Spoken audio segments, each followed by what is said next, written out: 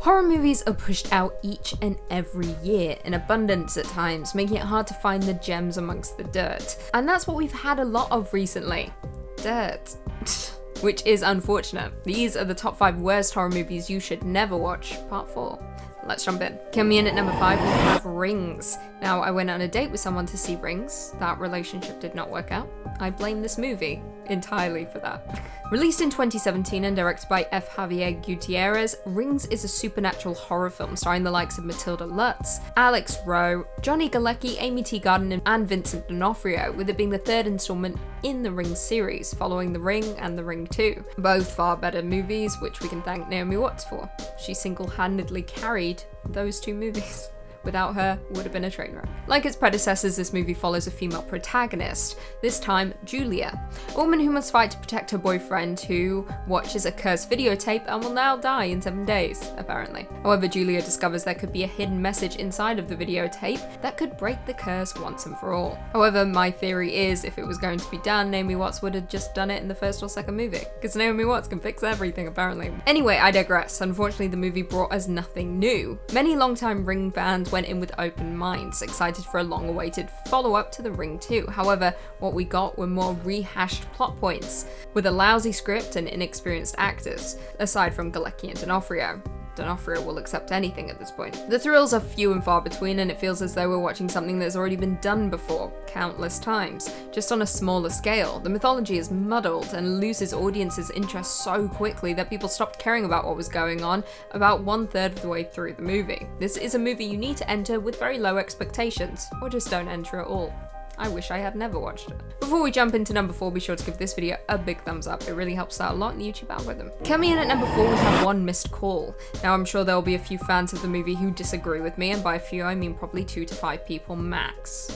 And that's it. Released in 2008 and directed by Eric Valette, this supernatural horror movie is a remake of the 2003 Japanese movie of the same name. It stars the likes of Shannon Sossamon, Edward Burns, Anna Claudia Talagon, and Ray Weiss, with it following Beth, a college student who begins to witness her friends dying one by one after receiving mysterious voicemails on their phone. So, of course, Beth must set out to uncover the mystery behind the deaths while fighting to stay alive, because she's the only one who can do it, apparently. The movie is unbelievably cheesy and predictable with little to no scares to speak of. The characters are annoying and the script weak, and it's not difficult to guess the ending as soon as the movie even begins. The movie was ranked as the 2nd worst film of the 2000s, right behind Ballistic X vs. Sever. It's also one of those rare horror movies that holds a 0% rating on Rotten Tomatoes, with the general consensus reading, I quote, "One of the weakest entries in the J-horror remake sweepstakes. One Missed Call is undone by bland performances and shop-worn shocks." Preach. Coming in at number 3, we have Deathbed, the Bed That Eats. I mean, the name alone should give you satisfactory reasoning for this movie claiming a place on our list, and like the name indicates, it is about a killer bed. Made in 1977 and directed by George Barry, Deathbed, the Bed That Eats is a horror starring the likes of Damon Hall, William Russ, Julia Ritter, and Rosa Luxemburg, with it centering on a bed that is possessed by a demon that consumes victims alive. Now, people often use art house to describe this movie, which might very well be true, but there seems to be no deep meaning here, only a bare script and a ridiculous movie monster. Now, the bed is passed on through generations, bringing tragedy after tragedy to those who come across it. Now, the history behind the possession is what makes the movie even more laughable, with the demon falling in love with a woman, conjuring up a bed for the couple to make love on. However, the woman passes away during the act, and in his grief, the demon weeps tears of blood, landing on the bed and causing it to come to life. That is quite literally the origin of this killer bed. The most interesting thing about this horror movie is that, although it was completed in 1977, it wasn't released until 2003 at the San Francisco International Horror Festival. 25 years later, and they still couldn't get it right.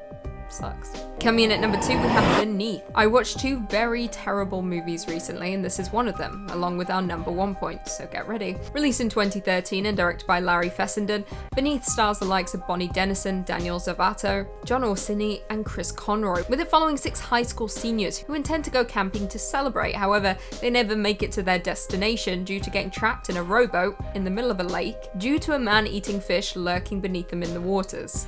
Yes, this movie is just as ridiculous as it sounds. Now, what has the potential to be somewhat enjoyable and a laughable monster movie is far from it. The movie has little to no scares and the acting and dialogue is just as terrible. The characters, though intended to be friends, seem to have no chemistry or connection with one another, allowing for their deaths to have no consequences whatsoever. After the man-eating fish puts a hole in their boat, the friends slowly begin to vote each other off the boat to distract the fish and seek rescue. However, it becomes less about them surviving against the monster and more about them surviving against each other. There is also some kind of unspoken law surrounding the fish and the lake that doesn't quite make sense, with one of the characters knowing its dark secrets and having a necklace protection that he wears around his neck. Yeah, the movie is a train wreck and not one to waste your time on, not to mention it's incredibly boring. Considering there are no stakes here, why invest your time when you don't care about the characters or the plot points? That's all I'm gonna say. And finally, coming in at number 1, What Lies Below. Now this is a movie I had the displeasure of watching fairly recently, so it's fresh in my mind and I have a lot to say about it. Released in 2020 and directed by Braden R. Doomler, What Lies Below, not to be confused with the excellent What Lies Beneath, starring Michelle Pfeiffer, love her. This is a horror sci-fi starring the likes of Emma Horvath, Troy Tucker, and Mina Suvari, with it following a 16-year-old girl who returns home from camp, only to discover her mother has now a new, much younger boyfriend, who she intends to marry. However, despite being charming and incredibly intelligent, he may not be so trustworthy after all. Heck, he might not even be human. Now this movie is bad from the off, with the dialogue between the mother and daughter being strange and borderline inappropriate. The amount of time "baby girl" was uttered was ridiculous. Not to mention the mother seemingly has no idea what she's doing in the slightest and is somehow more immature than her own daughter.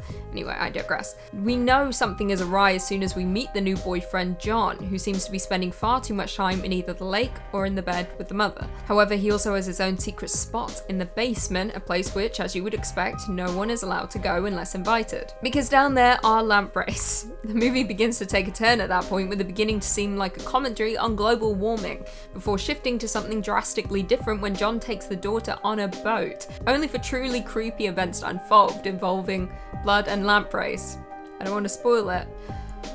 I mean, I kind of want to spoil it to warn you guys, but no, I won't spoil it. The image still haunts me. There is no saving grace with this movie, and no moment that makes all the horrific dialogue and unbelievable plot points worth it. It's clanky and not quite sure what it's doing at any point, and the ending, which is intended to be some sort of big reveal, is far from big, with us guessing the plot as soon as it begins. Please trust me when I say, don't waste your time with this one.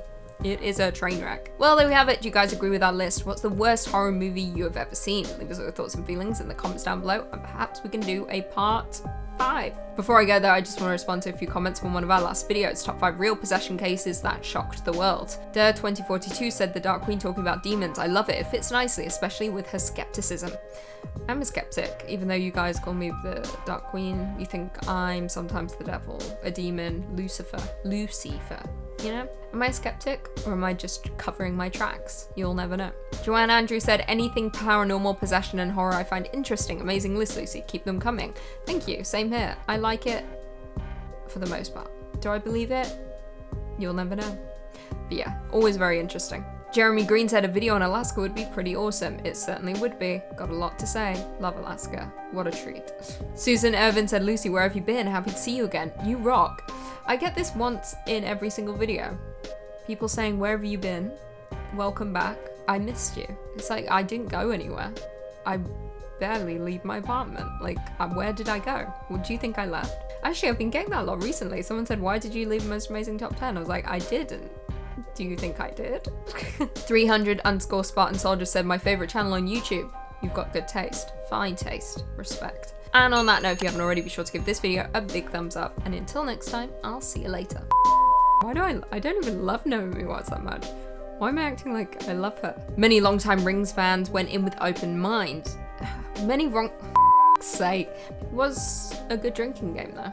I will say that much. What lies below? What lies below, not to be confused with the